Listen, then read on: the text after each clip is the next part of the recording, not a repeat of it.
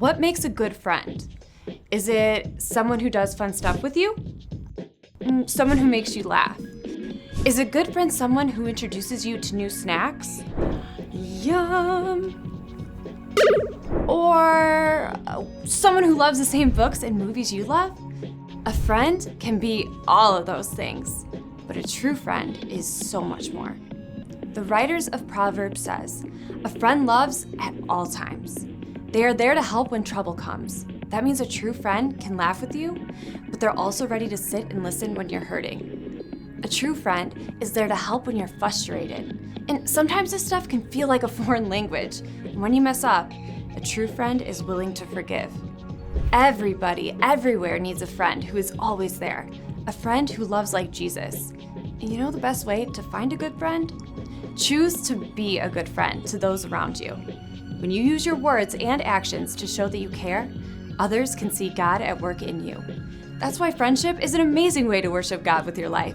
Because worship is about more than just singing loud. It's all about living loud.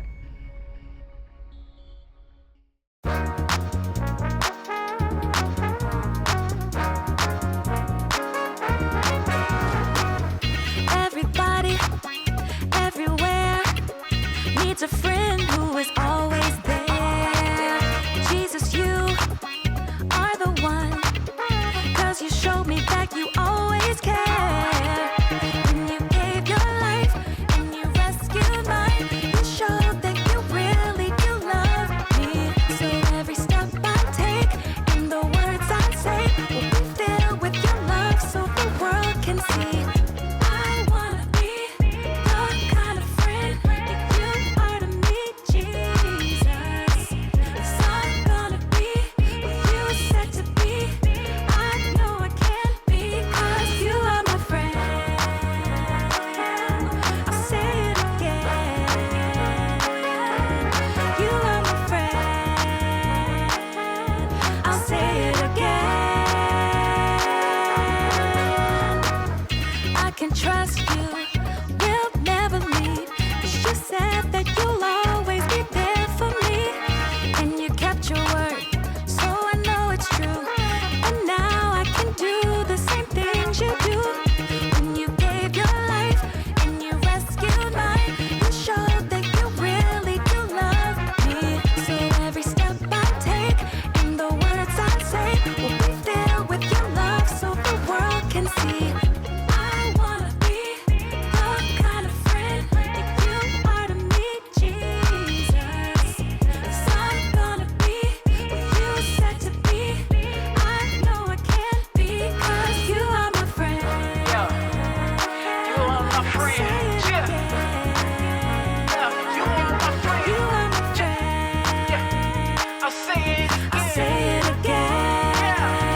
I'll say it again. Yeah, you show me love. You show me grace.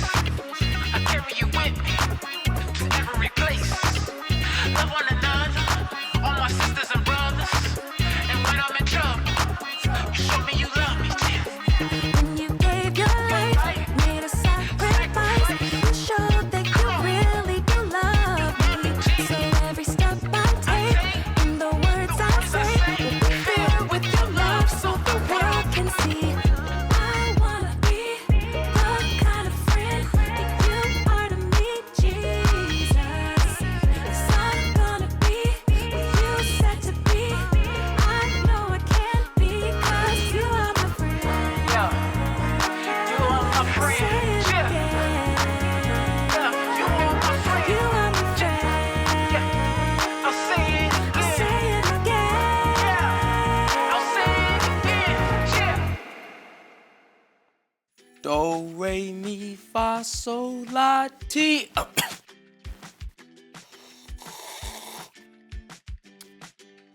Do.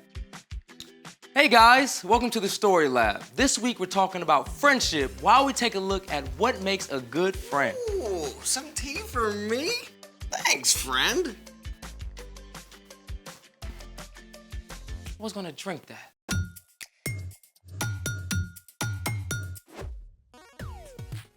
Hey, I'm Carter. And I'm Zeke. We're talking about friendship. which is using your words and actions to show others you care. Now, what do you like to do with your friends? We take our bikes over to these awesome trails and ride. Well, me and my friends play a lot of video games.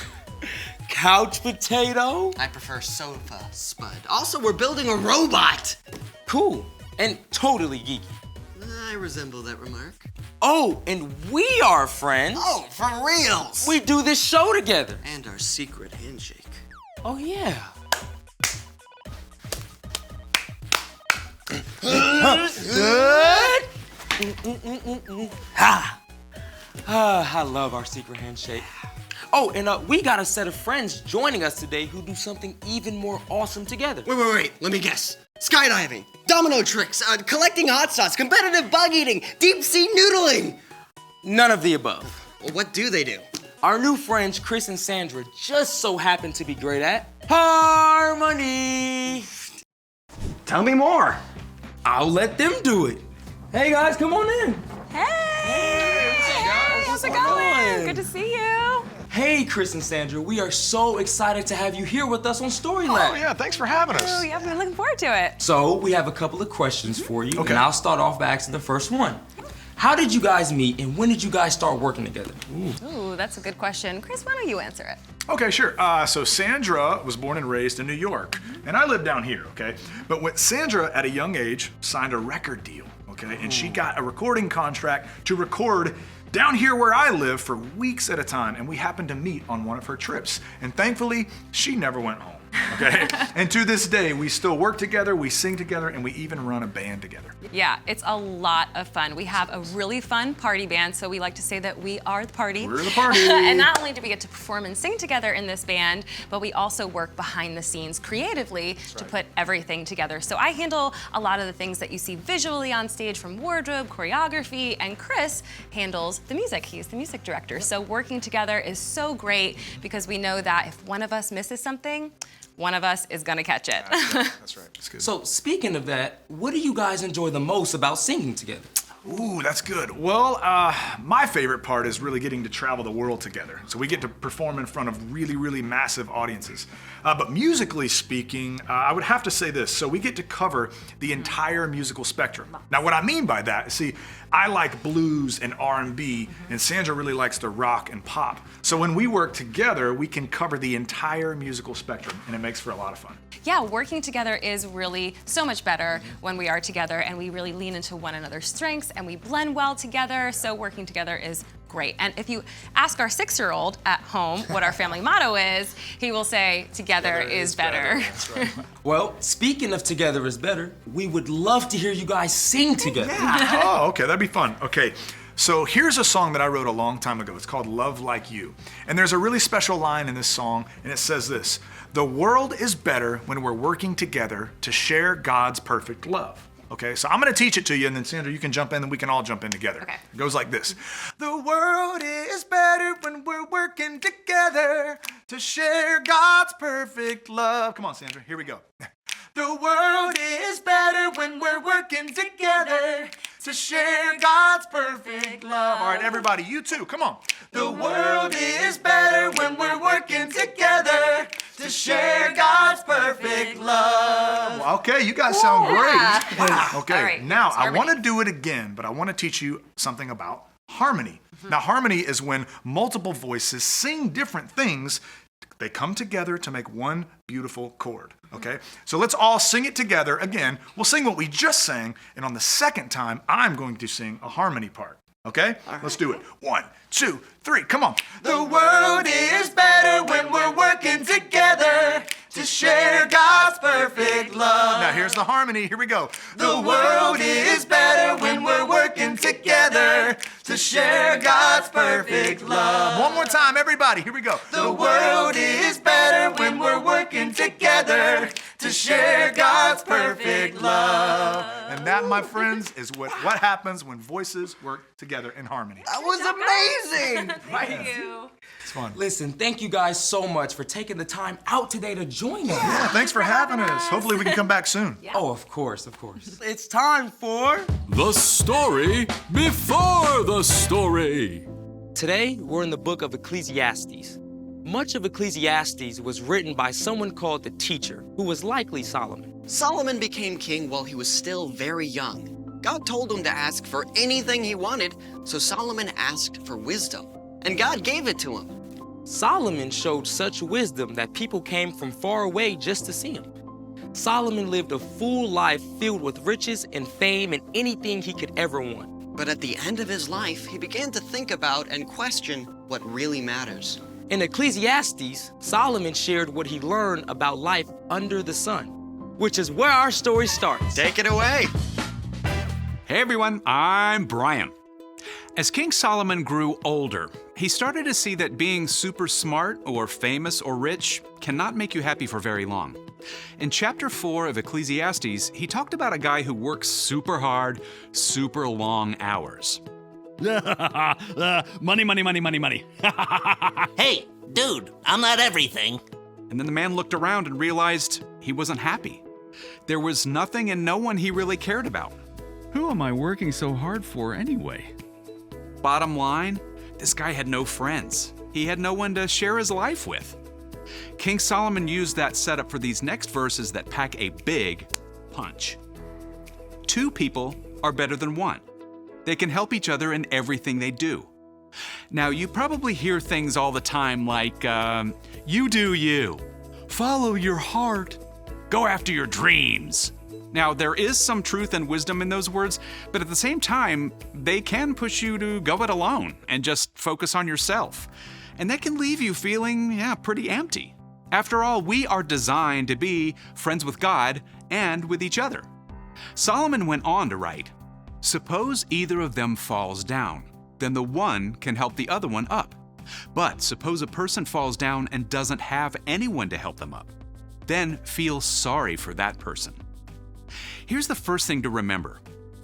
A good friend can help you. Maybe you trip while running on the playground and faceplant in the dirt with a skinned knee. When that happens, you definitely want a friend close by to give you a hand up. But it could also mean that you crashed and burned on your last math test. A good friend might be able to step in and help you study and understand. Let's check out the next part of the verse.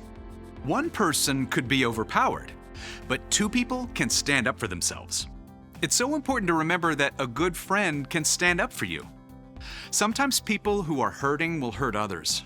Chances are there's someone in your life who ignores you, says hurtful things to you, or talks about you behind your back.